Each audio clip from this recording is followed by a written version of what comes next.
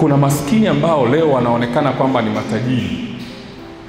Yaani mtu anaenda kwa waganga wa kienyeji au anakuwa anatoa makafara kila baada ya muda. Sasa hivi nafikiri wale ambao mnapita kwenye mitandao ya kijamii, sasa hivi kuna kitu kinaitwa jicho la tatu. Ni ushirikina wa kisasa ambao wenyewe ni wa kutoa makafara ya wanyama, wanadamu. Yaani unapata hela ambayo haina chanzo chake.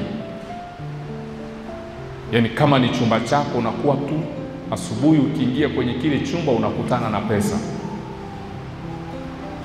Sasa huku nje unaweza ukawa unatembelea gari la bilioni 1, gari la bilioni 2.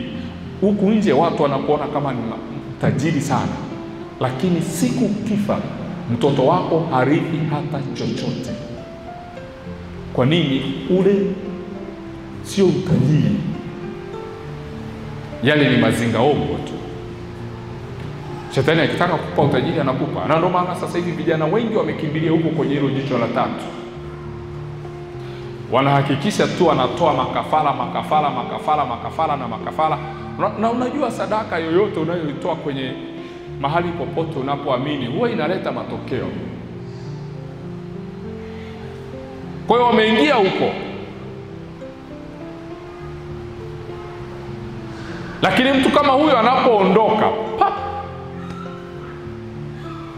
familia yake hairithi hata senti tano.